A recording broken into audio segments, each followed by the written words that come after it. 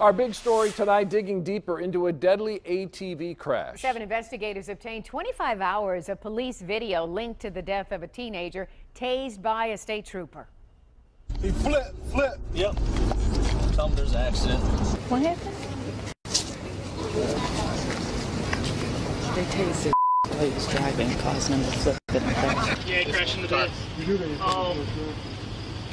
Can you get me a mask out of it? He was going pretty slow. Got a pulse. He's breathing. Tony, his pulse is weakening. What's our ETA on EMS? His pulse is weakening. Thing and you chased. 15-year-old Damon Grimes was later pronounced dead at the hospital. Trooper Mark Bessner is accused of tasing him from a moving squad car after he didn't pull over last August. State police say that is a violation of department policy. Bessner was fired and is now facing trial on charges of second-degree murder and involuntary manslaughter. And tonight, the 7 investigators are uncovering new information about the troubling past of the ex-trooper. When he was on the state police force, he was reportedly involved in 40 use of force incidents in less than 4 years. And now we're uncovering new evidence about Bessner and his disturbing employment history with another local police department. 7 investigator Simon Shaquette is live in Canton right now with what he has found out. Simon, what do you know? Carol and Dave, these documents we obtained through Freedom of Information request detail Mark Bessner's history. We're talking about his time here in Canton before state police when he broke the rules. 09, he slowed down. We tased him. This police camera footage from August 26, 2017 gives us an up-close look at a state police response gone horribly wrong. MSP, if you could just maybe have a unit or two make it there for moral support. Sounds like it might be a pretty bad one. Prosecutors say 15-year-old Damon Grimes died as a result of being tased and crashing his ATV into the back of a pickup truck in Detroit. Former trooper Mark Bessner, a passenger in a pursuing squad car, now stands accused of violating police protocols and is awaiting trial for second-degree murder and manslaughter. Bessner had 40 incidents involving use of force in 4 years with state police. But could his past with another agency have warned those who hired him at MSP? Records obtained exclusively by Action News highlight numerous disciplinary issues between February 2009 and June 2012 while Bessner was a Canton cop. Some departments flat out just said, we're not going to tell you anything except that, yes, that's a valued employee here and they worked here from this date to this date. We showed state police spokesman and former hiring background investigator Lieutenant Mike Shaw the findings of our Freedom of Information Act request. One issue back on August 18, 2010, that led to Bessner being suspended without pay was a failure to investigate after a woman ingested pills in an apparent suicide attempt. Instead, Bessner locked her up, and she later became unconscious, stopped breathing, and required emergency help before being placed on life support. And that would be something we would talk to them about. If we knew about it, we would discuss it with them. Shaw points out prior to this year, Michigan law has kept departments from sharing officers' disciplinary history with one another for fear of hurting their chance at future employment and civil liability. Former State Police Inspector Ellis Stafford spent 23 years with the agency. For every policy, there's somebody's name attached to it. There's a reason why it's there. We also showed him discipline against Bessner from February 2010 when he left his post without permission from Canton PD for a high-speed pursuit without activating lights and sirens. Oh, that's incredibly dangerous. You have to, if you're in a pursuit, by law, by statute, you have to have both audible and visual signs to alert the public. Bessner also caused hundreds in damage to his own police cruiser, driving distracted on his laptop and slamming into a light pole. In addition, records show numerous citizen complaints, including rude conduct, alleged dishonesty, and alleged racial profiling. If you'd like to see the full report of Bessner's history with Canton, we have posted it online. Just go to our website, WXYZ.com. Reporting live in Canton, Simon Shaquette, 7 Action News. Dave?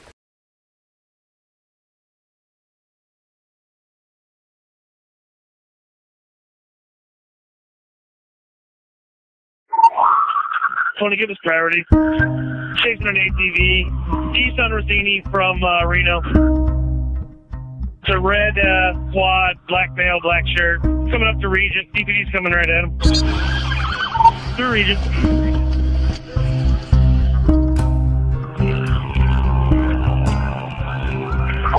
He flipped. Yep. All right, crash.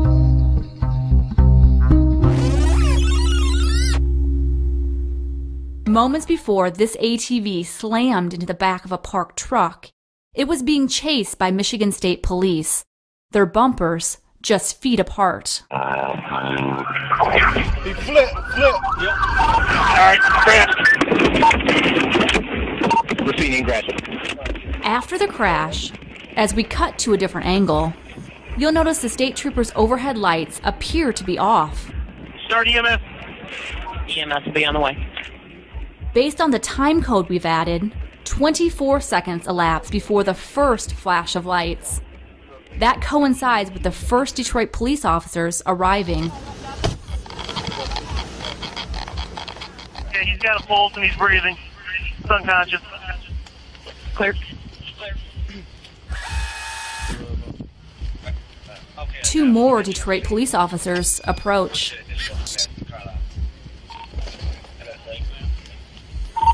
Oh, 09, he slowed down. We tased him and he crashed out. Those words come from Mark Bessner. He's the trooper accused of firing his taser from a moving vehicle. It's a violation of department policy. Have EMS stepping up.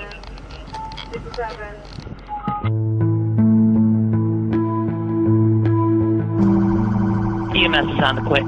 Radio from MSP. If you could just maybe have a unit or two make it there for moral support. Sounds like it might be a pretty bad one.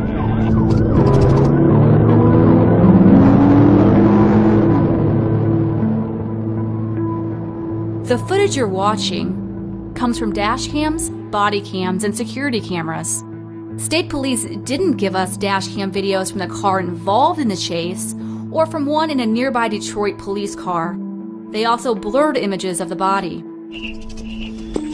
Tony, his pulse is weakening. What's our ETA on EMS? His pulse is weakening. I'll find out. Fucking thing in your chest. You can put MSP 2240 out. 2240, you're out, 1735. He's breathing, yeah. Let's get his brain. Same and grind. Grind. That's really... That's just one. That's not good. That's why he's cruising. Can you get a mask out of them? Units at Gratiot and Rossini. EMS is coming from Gratiot and Houston Whittier. Don't rush from the state police to get fucked up. You want to check pulse again? Yeah. He had a strong pulse when we got here. It's real faint. Try to wipe his face a little bit and then get that deal with the mask. I got blood all over his head. I can't use it. Right here. Okay, unit says that Rossini and Gratiot, medic should be pulling up in less than a minute. Tell him to get over here. Christ's sake.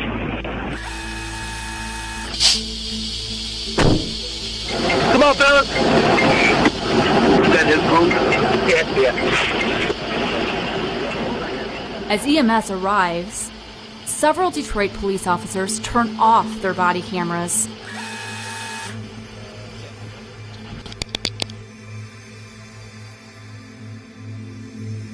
But one officer activates hers.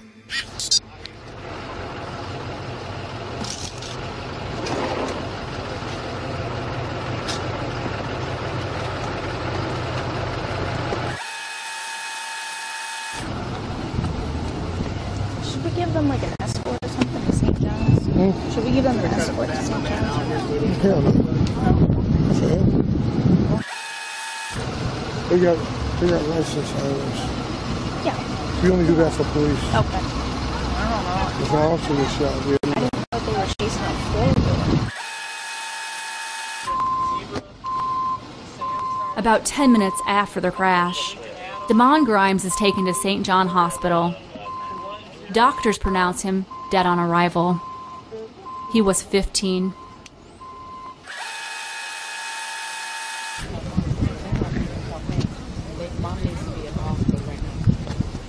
That's a grown ass guy. He's 15. 551. Where's his mom at? No way. He's a badass, 15. I'm sorry, man. I ain't got no 15. He's got bullshit. You know what I'm saying? Don't simply allow for bullshit. Motherfucker want to be grown, act grown, and fucking deal with it. What happened? What happened? They tased his ex while he was driving, causing him to flip in the crash. Michigan State Police condemned Trooper Besner's actions, calling them criminal. He resigned from his job and now faces charges of second-degree murder and involuntary manslaughter. I didn't want to wipe the blood off. Just killed my little cousin. Now he on right feet in grass. Look at the bike, chasing my little cousin, hit him from the back. The Grimes family filed a lawsuit following the teen's death. He was just days shy from beginning his freshman year of high school. Unbelievable. 15 years old, killed by the state police. Unbelievable. Our final piece of audio comes from a canvass of the neighborhood conducted after the incident. Two Michigan State Police investigators talk about their conversations with residents. This last chick that I just entered gets it. She's a couple years younger than me. She's like, he drives around here recklessly all the time. Why didn't he just stop?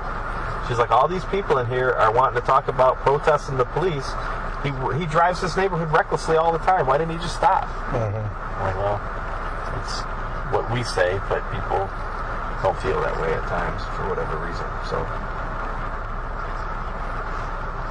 Yeah, two people made bad decisions on this one. Yeah, and that's what I told people. I said, look, it could have been handled differently on both sides, as far as I'm concerned. And had I been out here chasing him, I'm not judging by what he did, but I guarantee I would have done it differently.